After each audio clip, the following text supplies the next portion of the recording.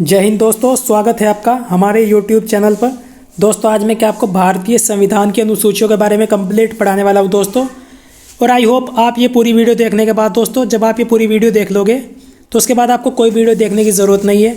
आपकी पूरी अनुसूचियाँ सारी की सारी कंप्लीट हो जाएंगी दोस्तों। मैं आपको कंप्लीट पढ़ाऊँगा और बाद में क्या दोस्तों क्वेश्चन भी है। ठीक है दोस्तों, तो चलिए शुरू कर लेते हैं वीडियो।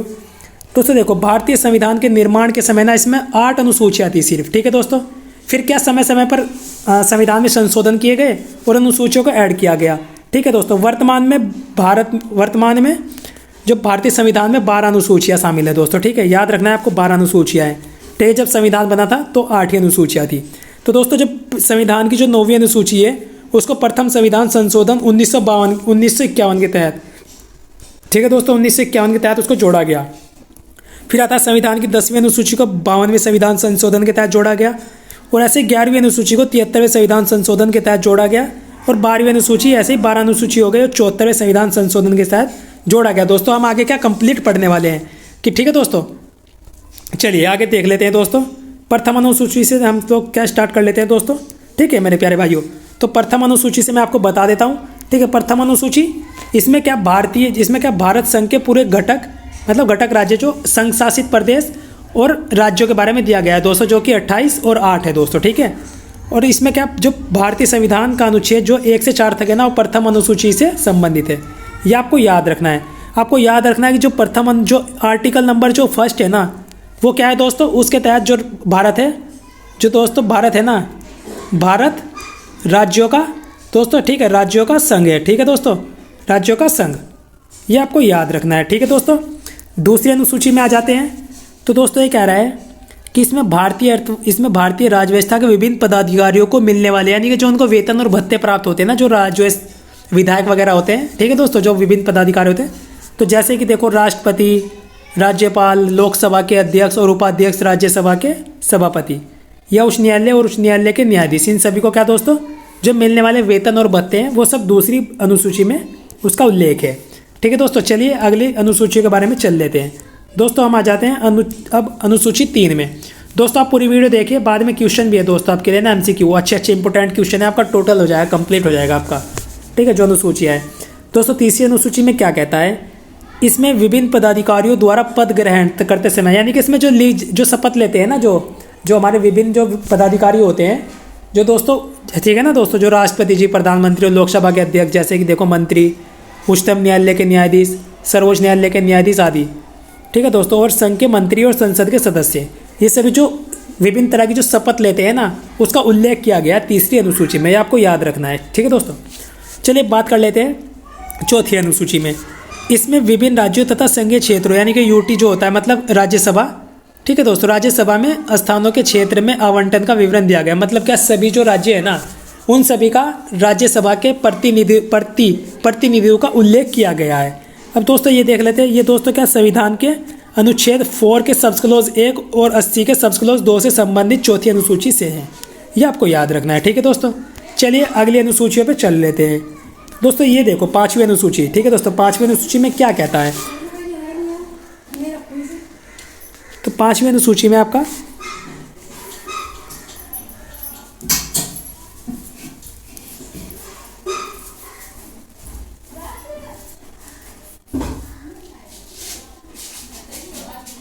तो 5वीं अनुसूची में मेरे प्यारे भाइयों दिया है इसमें विभिन्न अनुसूचित क्षेत्रों और अनुसूचित जनजाति के प्रशासन के बारे में उल्लेख किया गया है। जो हमारे पास जो SC और जो दोस्तों ST होती है ना, उसके प्रशासन के बारे में और नियंत्रण के बारे में दोस्तों उल्लेख किया गया है। ठीक है दोस्तों, आई होप आपको ये याद रखना है। ठीक है दोस्तों छठी अनुसूची में आ जाते हैं। इंपॉर्टेंट है दोस्तों छठी अनुसूची, आपसे पूछ लेगा कि छठी अनुसूची में इनमें से कौन से राज्य के प्रशासन के बारे में उल्लेख दिया गया है। तो दोस्तों आपको याद रखने 4 राज्य हैं अपने पास। इसमें असम है, मेघालय और त्रिपुरा है दोस्तों, और मिजोरम। ठीक है दोस्तों, ये 4 राज्यों के प्रशासन के बारे में उल्लेख दिया गया है दोस्तों अगर आप हमारे YouTube चैनल पर नए हो तो आप हमारे YouTube चैनल को सब्सक्राइब कर लीजिए मेरे दोस्तों, ताकि आपको भविष्य में इससे भी अच्छी जानकारियाँ दोस्तों मिलती रहे। I hope. ठीक है दोस्तों, तो चलिए अब नेक्स्ट अनुसूची देख लेते हैं दोस्तों, 7वीं अनुसूची। ठीक है मेरे प्यारे भाइयों, 7वीं अनुसूची देख लेते हैं हम लोग। ठीक है दोस्तों, तो 7वीं अनुसूची देख लेते हैं हम लोग। इसमें क्या केंद्र और राज्यों की बीच शक्तियों के बंटवारे के बारे में दिया गया है। मतलब क्या, इसमें राज्य सरकार और केंद्र सरकार कानून बनाती है दोस्तों। ठीक है, इसमें क्या एक समवर्ती सूची है मेरे प्यारे भाइयों, जिसका जो मॉडल है ना वो ऑस्ट्रेलिया से लिया गया है दोस्तों, ये आपको याद रखना है। ठीक है, जो 7वीं अनुसूची में उसमें क्या संघ सूची, राज्य सूची और समवर्ती सूची, ये दोस्तों ऑस्ट्रेलिया से मॉडल लिया गया है। ठीक है दोस्तों, तो संघ सूची के बारे में देख लेते हैं दोस्तों। इस विषय में दिए गए विषय पर जो केंद्र सरकार है वो कानून बनाती है, जो संघ सूची है। ठीक है दोस्तों, और वर्तमान में 100 विशेष संघ सूची में कुछ महत्वपूर्ण विषय हैं, यानी कि 100 विषय इसमें दिए गए हैं। आपको याद रखना है कि इसमें कितने विषय हैं। ठीक है दोस्तों, इसमें 100 विषय दे रखे हैं जिन पर केंद्र सरकार, संघ सूची में केंद्र सरकार ही कानून बनाती है। ठीक है दोस्तों, चलिए आगे चल लेते हैं दोस्तों। अब आता है राज्य सूची। ठीक है मेरे प्यारे भाइयों, तो राज्य सूची में देख लेते हैं हम लोग। तो राज्य सूची में इसमें क्या, इस सूची के संबंध के विषय में दोस्तों राज्य सरकार कानून बनाएगी। और इसमें क्या दोस्तों 61 विषय हैं टोटल। ठीक है, जैसे कि शांति की व्यवस्था, पुलिस, जेल, स्थानीय शासन, कृषि, जन स्वास्थ्य, राज्य के अंदर होने वाले व्यापार आदि। तो दोस्तों इसमें क्या राज्य सरकार कानून बनाती है दोस्तों। ये इंपॉर्टेंट है समवर्ती सूची। ठीक है दोस्तों, ये मॉडल है जो ऑस्ट्रेलिया से लिया गया है दोस्तों। ये क्या बोल रहा है, ये बोलता है समवर्ती सूची में इसके अंतर्गत दिए गए विषय पर केंद्र सरकार और राज्य सरकार दोनों ही आपके कानून बना सकती है। ठीक है दोस्तों, और इसमें क्या 52 विषय दे रखे हैं दोस्तों कानून बनाने के। इसमें क्या, जैसे विवाह, तलाक, शिक्षा, आर्थिक नियोजन, समझ रहे हो दोस्तों, और बिजली, समाचार पत्र। तो ये आपकी 7वीं अनुसूची कंप्लीट हो जाती है दोस्तों। चलिए 8वीं अनुसूची में आ जाते हैं दोस्तों। सबसे मोस्ट इंपॉर्टेंट मैं कहूँगा अगर किसी अनुसूची को, तो दोस्तों वो 8वीं अनुसूची है, मोस्ट इंपॉर्टेंट है मेरे प्यारे भाइयों, है ना। वो मैं बताता हूँ क्यों दोस्तों। ये हमारी राजभाषाओं से संबंधित है। ठीक है दोस्तों, इसमें भारत की 22 भाषाओं का उल्लेख किया गया है। मूल रूप से 8वीं अनुसूची में 14 भाषाएं थी, यानी कि जब संविधान लागू हुआ तो उस टाइम पर क्या सिर्फ 14 ही भाषाएं थी। फिर इसने क्या किया, 1967 में 21वां संविधान संशोधन का इसमें सिंधी भाषा जोड़ दी गई। ठीक है, फिर 1952 ईस्वी में 71वां संविधान संशोधन किया तथा इसमें कोंकणी, मणिपुरी और नेपाली भाषा जोड़ दी। फिर दोस्तों 2003 में 92वां संविधान संशोधन हुआ, इसमें मैथिली, संथाली और डोगरी और बोडो जोड़ी गई। और दोस्तों अगर बात की जाए ना कि जो 8वीं अनुसूची है ना, उसमें जो सबसे लास्ट की भाषा है दोस्तों हमारे पास, वो दोस्तों डोगरी है हमारे पास। ठीक है दोस्तों, डोगरी जो कि जम्मू में बोले जाती है दोस्तों, है ना। तो ये आपको याद रखना है। ठीक है, 22 भाषाएं कौन कौन सी है, किस संविधान के तहत जोड़ी गई, ये आपको याद रखना है। ठीक है, चलिए अगले अनुसूची पर चल लेते हैं मेरे प्यारे भाइयों, है ना। तो बात कर लेते हैं दोस्तों 9वीं अनुसूची की। आई होप आपको समझ आ रहा होगा दोस्तों। अगर समझ आ रहा है तो वीडियो को शेयर, लाइक एंड चैनल को सब्सक्राइब करते चलिए दोस्तों। ठीक है दोस्तों, 9वीं अनुसूची देख लेते हैं। ये इंपॉर्टेंट है दोस्तों। जो देखो, जो संविधान में संशोधन करके 4 अनुसूचियाँ जोड़ी गई है ना दोस्तों, 9 से लेकर 12 तक, सारी की सारी इंपॉर्टेंट है दोस्तों, सारी की सारी इंपॉर्टेंट, चारों की चारों। देख लेते हैं दोस्तों। तो ये कह रहा है कि संविधान में यह अनुसूची प्रथम संविधान संशोधन 1951 के तहत जोड़ी गई। ठीक है, इसके अंतर्गत राज्य द्वारा संपत्ति के अधिग्रहण की विधियों का उल्लेख किया गया है दोस्तों। ठीक है, देख लेते हैं। इस अनुसूची में सम्मिलित विषयों को न्यायालय में चुनौती नहीं दी जा सकती। ये वर्तमान में इस अनुसूची में 294 अधिनियम है। और दोस्तों इसको लागू कब से किया गया दोस्तों, इसको 23 अप्रैल दोस्तों 1973 से पूरे भारत में इसको लागू किया गया है, 23 अप्रैल 1973 से दोस्तों। ये आपको याद रखना है। चलिए आगे देख लेते हैं क्या बोला, इंपॉर्टेंट पॉइंट है दोस्तों।